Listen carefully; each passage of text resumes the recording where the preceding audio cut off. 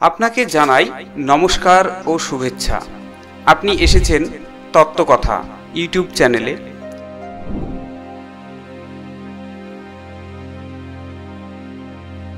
সনাতন ধর্মের আলোয় তত্ত্বের সন্ধানে আপনার এবং এই জগৎ সংসারের শুভকামনা প্রার্থনা করে শুরু করছি আজকের ভিডিও।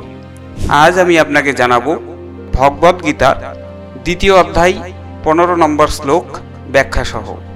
ইয়ম হি ন ব্যথয়ন্তি এতে পুরুষং পুরুষর্ষভ সমদুঃখ সুখং ধীরং স অমৃতত্বাই কল্পতে।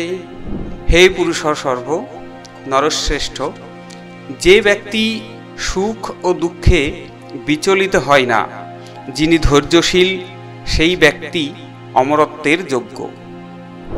এই শ্লোকে শ্রীকৃষ্ণ বলেছেন, যে মানুষ সুখ বা দুঃখ কোনোটাতেই নিজের মনকে বিচলিত হতে দেয় না, যিনি সব পরিস্থিতিতে স্থির, ধৈর্যশীল, সংযমী, তিনিই প্রকৃত জ্ঞানী, তিনিই প্রকৃত আত্মজ্ঞ। তার মন সমদর্শী। সুখ এলে আনন্দে ভেসে যান না, দুঃখ এলে ভেঙে পড়েন না। এই রকম মানুষই অমৃতত্ব অর্থাৎ চিরস্থায়ী মুক্তির যোগ্য। এই শ্লোকটি এক প্রকার মানব চরিত্রের আদর্শ রূপরেখা। সাধারণ মানুষ পরিস্থিতি অনুসারে বদলায়, সুখে উদ্ভাসিত হয়, দুঃখে অন্ধকারে হারিয়ে যায়। কিন্তু একজন ধীর ব্যক্তি, তিনিই হলেন আত্মজ্ঞানী। তিনিই জীবন মৃত্যুর সীমা ছাড়িয়ে যেতে পারেন। অমৃতত্ব মানে শুধু শরীরের অমরত্ব নয়, বরং আত্মার বন্ধনমুক্ত অবস্থা। ধরুন, কেউ ব্যবসায় বড় ক্ষতি করলেন।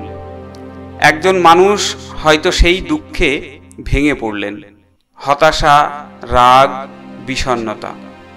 আর একজন ধৈর্য ধরলেন, পরিস্থিতি বিশ্লেষণ করলেন, নিজেকে সামলে আবার চেষ্টা করলেন। কে জয়ী হলেন শেষ পর্যন্ত? যিনি দুঃখে ভাঙেননি, তিনি। এই মনোভাবই একজন ধীর ব্যক্তিকে অমৃতত্বের পথে নিয়ে যায়। আজকের দিনে আমরা প্রতিনিয়তই ইমোশনাল টানাপোড়েনে ভুগছি। একটা ছোট ভুলে মনে হয় পৃথিবীটা শেষ হয়ে গেছে। কোনো প্রশংসাই উড়ে যায়, আবার সমালোচনায় গুড়িয়ে পড়ি। কিন্তু শ্রীকৃষ্ণ বলছেন, এই দ্বন্দ্বে যদি তুমি নিজেকে স্থির রাখতে পারো, তাহলেই তুমি প্রকৃত মুক্তির যোগ্য। জীবনের সব পরিস্থিতিই শিক্ষা।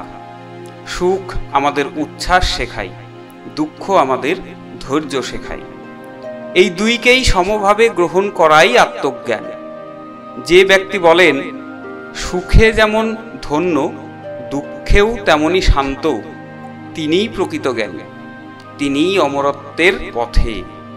অমৃতত্ব মানে সেই অবস্থা যেখানে মৃত্যু নেই, আঘাত নেই, দ্বন্দ্ব নেই, আছে শুধু আত্মার মুক্তি।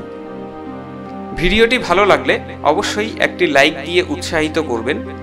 আগামীতে কেমন ধরনের ভিডিও চান তা কমেন্ট করে জানাতে পারেন।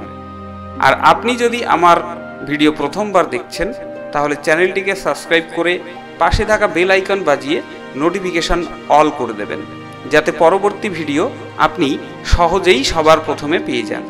ধন্যবাদ। ভালো থাকবেন, সুস্থ থাকবেন আর ধর্মের পথে চলবেন।